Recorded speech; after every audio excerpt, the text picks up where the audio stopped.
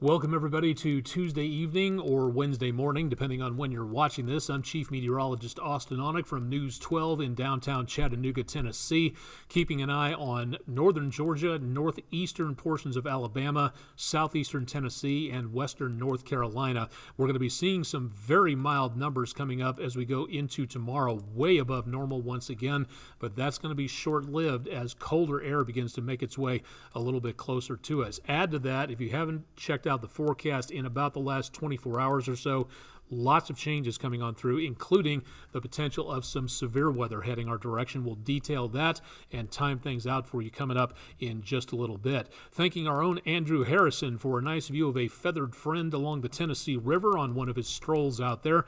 Heron, possibly. I'm not sure. It's been a long time since my bird watching merit badge in Boy Scouts. So thank you very much, Mr. Harrison, for that view. If you got pictures, whether it's foul related or foul weather, all you have to do is send them in to us at pictures@wdef.com or facebook.com/WDEF News 12. Nothing in the rain gauge for today. And again, we're still at a surplus for the year, so that's looking pretty good. High temperature today, about a category above where we should be at this time of the year, and about 18 degrees below our record low, which hasn't been broken since 1849. 31 for the temperature today, and 32 is where we should be. So the low temperature about where it's supposed to be, way above for our normal high temperature out there. The next few days, we'll see the potential of the possibility of thunderstorms coming through on Thursday morning into early Thursday afternoon. That's the time frame for right now. But take a look at the possibility here of seeing a big cool down coming on through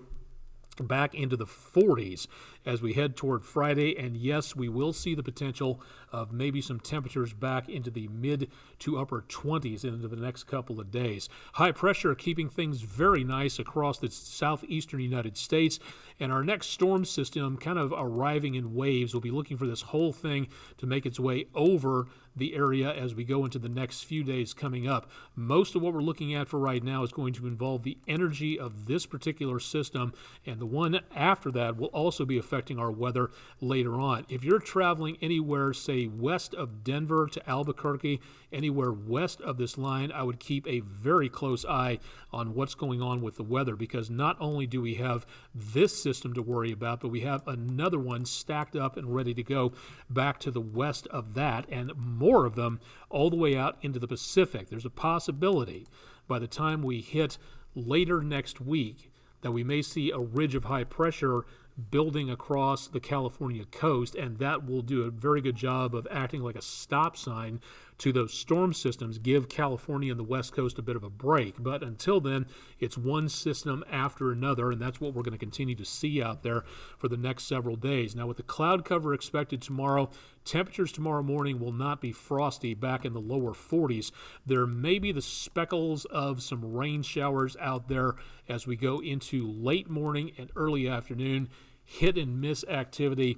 You may get something in North Shore and nothing in Red Bank. You might get something over toward, again, south of Chattanooga around Lookout Mountain, and nothing over toward Fort Oglethorpe. It'll be that randomly scattered across the entire area. Better chances of rainfall will come up by the time we hit Thursday morning early. Then that line develops back to the west of us. That one, again, could be looking at a bit of a squall line coming our direction, so anything into around Middle Tennessee and northern portions of Alabama will be the first target coming through. But what we're going to be more concerned about, and usually what happens, is you have the main line coming through, the squall line itself. It's anything that develops ahead of that line. That's where we could see the potential of the strongest weather with the independent storms that pop up ahead of that front. That's going to be the time to watch on that. So Thursday morning into very early Thursday afternoon as that front begins to cross through the Tennessee Valley. Hopefully we get it through earlier rather than later, because as we hit the peak heating time of the day, that's not really good news. It doesn't look like it's going to be a major concern, but it is possible that that extra warming of the atmosphere might aggravate things and cause even stronger thunderstorms to form. Still iffy for right now, but again, that's about the major time frame for this storm coming on through, and everything should be done with the exception of a few residual showers and a few thunderstorms after that as we go toward rush hour around Thursday, and then heading east toward Knoxville, Asheville, Asheville, Greenville, east of Atlanta. That's where all that rainfall is going to be going. So again, the main threat will be a slight risk category. The primary threat from any storms that form will be the potential of damaging thunderstorm winds. Again, that's about 55 miles per hour plus, and that is going to be the primary threat. There is a non-zero potential of tornadoes. It's definitely something to watch out for. It doesn't look like it's going to be the primary mode, but that needs to be watched. And again, the good news at this time is that most of the activity should be to our south, but this really needs to be watched over the next several days. So the chances of showers isolated in nature will start late in the morning through lunchtime and into the afternoon. Temperatures will be quite mild once again, back in the mid to upper 50s all the way on through, and the chances of rainfall will increase for us, but those storm systems slamming the west coast, not giving them a break, looking at more chances of rainfall all the way out there. Now, we will see potential of some rainfall. We're not looking at a lot, at least in the way of flash flooding is concerned, but there will be a lot of wet roadways out there from Wednesday into Thursday, then clearing out as we go toward Friday. But take a look at the West Coast. They're going to get even more rainfall coming up, to where we are talking about a huge amount up and down the West Coast, and we could be talking about maybe 5 to 10 inches of rainfall easily enough in the next several days. So once again, LA, Malibu, San Diego, all the way up to Portland, Seattle, even Vancouver. If you're heading up in that direction, please check your destination and watch what goes on. Now, we have the one storm system coming on through as we get into, again, Thursday, and then that leaves the area, but the colder air circulating around the backside of that storm system might do a good job of changing over the higher elevations rainfall to snow mixture as that system leaves the area, heading on off to the east. And that could linger into possibly areas around Friday morning, depending on how things go.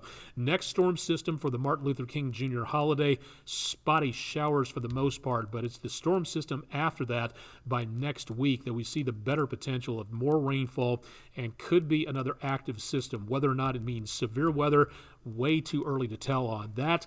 Temperatures will be quite mild after our brief cold snap into the next several days. Toward next week, again around the Martin Luther King Jr. holiday, temperatures will be quite mild across the southeastern United States, but then toward the end of next week, looking at more cold air starting to make its way on through. Doesn't look like the Arctic blast of a couple of weeks ago, but definitely something to watch out for there. Slight risk of severe weather, mainly concentrated for Thursday, clearing out and chilling out as we go into the area around Friday and Saturday, and then warming back up again toward the end of the week, and that's also where we see chances of showers. Hopefully a good day for the volunteers for the Martin Luther King Jr. Day coming up. Make it a day on for service instead of just another day off, and then rain chances continue for Tuesday and into around the area of next week. Weather where the troops are, we'll bring it back for a little bit, taking a look at what's going on for troops around the world. Guantanamo Bay, mid to upper 70s with a heat index of 79, decently tropical there. Definitely not the same thing in South Korea, as temperatures are in the teens and 20s with mostly clear skies very early Wednesday morning just before sunrise. National Weather Service needs volunteer storm spotters. Meeting is coming up for Chattanooga and Hamilton County. That'll be Friday, February 10th at 6 p.m.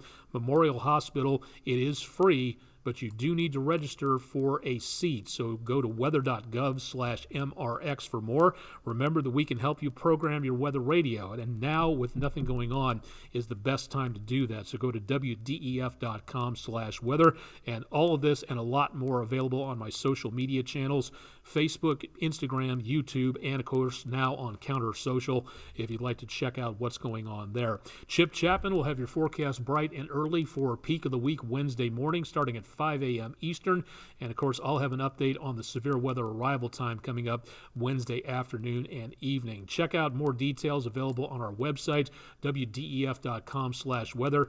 Email me at aonek@WDEF.com if you got some concerns, questions, or otherwise, so let us know what you got in mind out there. I'm Chief Meteorologist Austen Onek, direct from downtown Chattanooga. Stay tuned for much more with News 12 on air and online.